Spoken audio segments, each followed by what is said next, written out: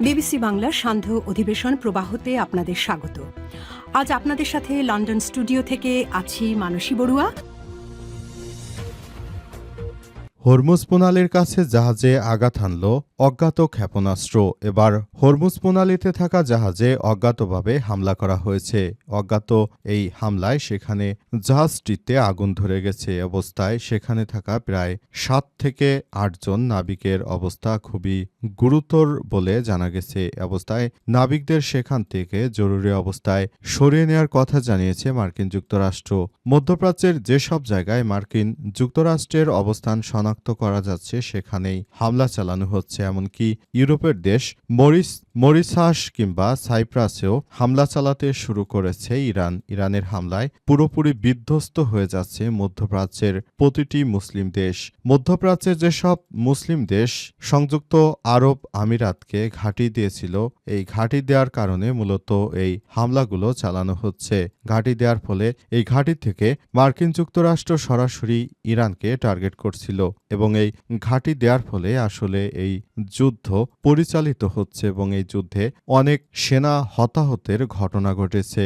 এই যুদ্ধ চলার কারণে আসলে এখনও মধ্যপ্রাচ্যে নতুন করে যে ধরনের সংঘাত সৃষ্টি হয়েছে, সংঘাতের শেষ কোথায় এ পর্যন্ত সে বিষয় নিয়ে আসলে কেউ সুরাহা করতে পারেনি। নতুন করে এই বিষয়গুলো সামনে আসার পরই আবার বিশ্বজুড়ে নতুন করে সংকটের দেখা মিলছে। এই সংকট আসলে কতদূর গড়ায়, কতদূর পর্যন্ত এই সংকট যায় সেটি এখন দেখার বিষয়। মধ্যপ্রাচ্য জুড়ে যে পরিমাণ হামলা চালিয়েছে দখলদারেরা, এদের এই হামলায় আসলে সবকিছু একরকম তছনছ হয়ে গেছে। এজন্য ইরানও খেপেছে। ইরান তাদের সর্বশক্তি দিয়ে আয়াতুল্লাহ আলী খামেনির মৃত্যুর প্রতিশোধ নিচ্ছে। এই প্রতিশোধ এতটাই ভয়ঙ্কর ও বিধ্বংসী যে সৌদি আরব সহ মধ্যপ্রাচ্যের প্রায় প্রতিটি রাষ্ট্র এখন অনেক বেশি তারা আতঙ্কিত হয়ে পড়েছে। বিশেষ করে সংযুক্ত আরব আমিরাতে সবথেকে বেশি হামলা চালানো হচ্ছে। এসব হামলায় সবকিছু তছনছ হয়ে যাচ্ছে। ইরানে হামলা এবং খামেনিকে হত্যার ঘটনায় কড়া প্রতিক্রিয়া উত্তর কোরিয়ার। ইরানে ব্যাপক হামলা চালিয়েছে দেশটির সর্বোচ্চ নেতা আয়াতুল্লাহ আলী খামেনি সহ শীর্ষ নেতৃত্ববৃন্দ নিহত হওয়ার ঘটনায় কড়া প্রতিক্রিয়া জানিয়েছে উত্তর কোরিয়া। ইরানের উপর মার্কিন ইসরায়েলের আক্রমণকে অবৈধ আগ্রাসন বলে নিন্দা জানিয়েছে দেশটি আজ। কোরিয়ার সেন্ট্রাল নিউজ এজেন্সির বরাতে আল জাজিরা জানিয়েছে, উত্তর কোরিয়া পরবর্তী মন্ত্রণালয়ের মুখপাত্র বলেছেন, ইরানের উপর মার্কিন ও ইসরায়েলের আক্রমণ অবৈধ আগ্রাসন এবং জাতীয় সার্বভৌমত্বের লঙ্ঘন। মুখপাত্র আরও জানিয়েছেন, যুক্তরাষ্ট্রের আধিপত্যবাদী এবং গ্যাংস্টার সদৃশ কার্যক্রমের কারণে এই ধরনের পরিণতি অনিবার্য। তবে যুক্তরাষ্ট্র এবং ইসরায়েলের এই ধরনের আগ্রাসন যুদ্ধ যে কোনো পরিস্থিতি অগ্রহণযোগ্য।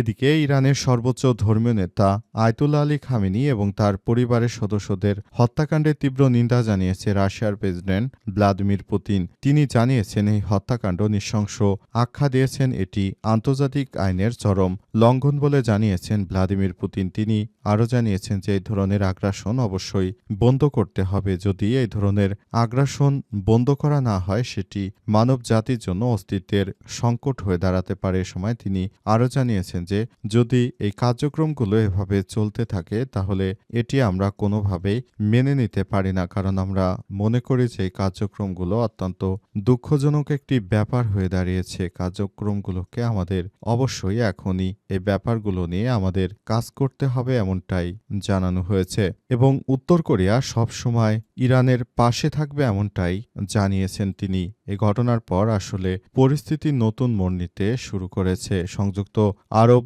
আমিরাত সহ মধ্যপ্রাচ্যের প্রায় সব জায়গায় এই হামলা চালানো হচ্ছে।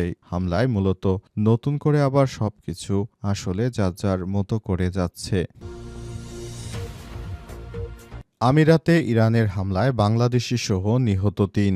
যুক্তরাষ্ট্র এবং ইসরায়েলের হামলার জবাবে উপসাগরীয় অঞ্চলে পাল্টা হামলা চালাচ্ছে ইরান। এতে সংযুক্ত আরব আমিরাতে এক বাংলাদেশি সহ ৩ জন নিহত এবং 58 জন আহত হয়েছে বলে জানিয়েছে দেশটির কর্তৃপক্ষ। হামলায় পাকিস্তানি, নেপালি ও বাংলাদেশি নাগরিক নিহত হয়েছে বলে কর্তৃপক্ষ নিশ্চিত করেছে। আমিরাতের প্রতিরক্ষা মন্ত্রণালয় জানিয়েছে তারা 162টি ব্যালিস্টিক ক্ষেপণাস্ত্র শনাক্ত করেছে। এর মধ্যে 152টি ধ্বংস করা হয়েছে। পাশাপাশি 2টি ক্রুজ ক্ষেপণাস্ত্র ভূপাতিত করা হয়েছে। এক বিবৃতিতে মন্ত্রণালয় জানিয়েছে মোট 541টি ইরানি ড্রোন শনাক্ত করা হয়েছে। এর মধ্যে 506টি প্রতিহত ধ্বংস করা হয়েছে। সূত্র খালিজ টাইমসের। এবং বাকিগুলো এখন পর্যন্ত আমরা সক্রিয়, অর্থাৎ সেগুলোকে আমরা চিহ্নিত করতে পারিনি এবং এগুলো সরাসরি সংযুক্ত আরব আমিরাতের বুকে আঘাত হানে এবং এই হামলায় সবকিছু একরকম তছনছ হয়ে গেছে বলে এমনটাই জানিয়েছে তারা। এই হামলাগুলো সরাসরি চালানো হচ্ছে ইরান থেকে এবং ইরানের বুক থেকে সব হামলায় কেঁপে উঠছে মধ্যপ্রাচ্যের প্রায় সবকিছু। হামলায় সবকিছু শেষ হয়ে যাচ্ছে। এই হামলার মধ্য দিয়ে মোট কথা কোনোভাবেই আসলে ছাড় দেবে না, এমনটাই জানানো হয়েছে।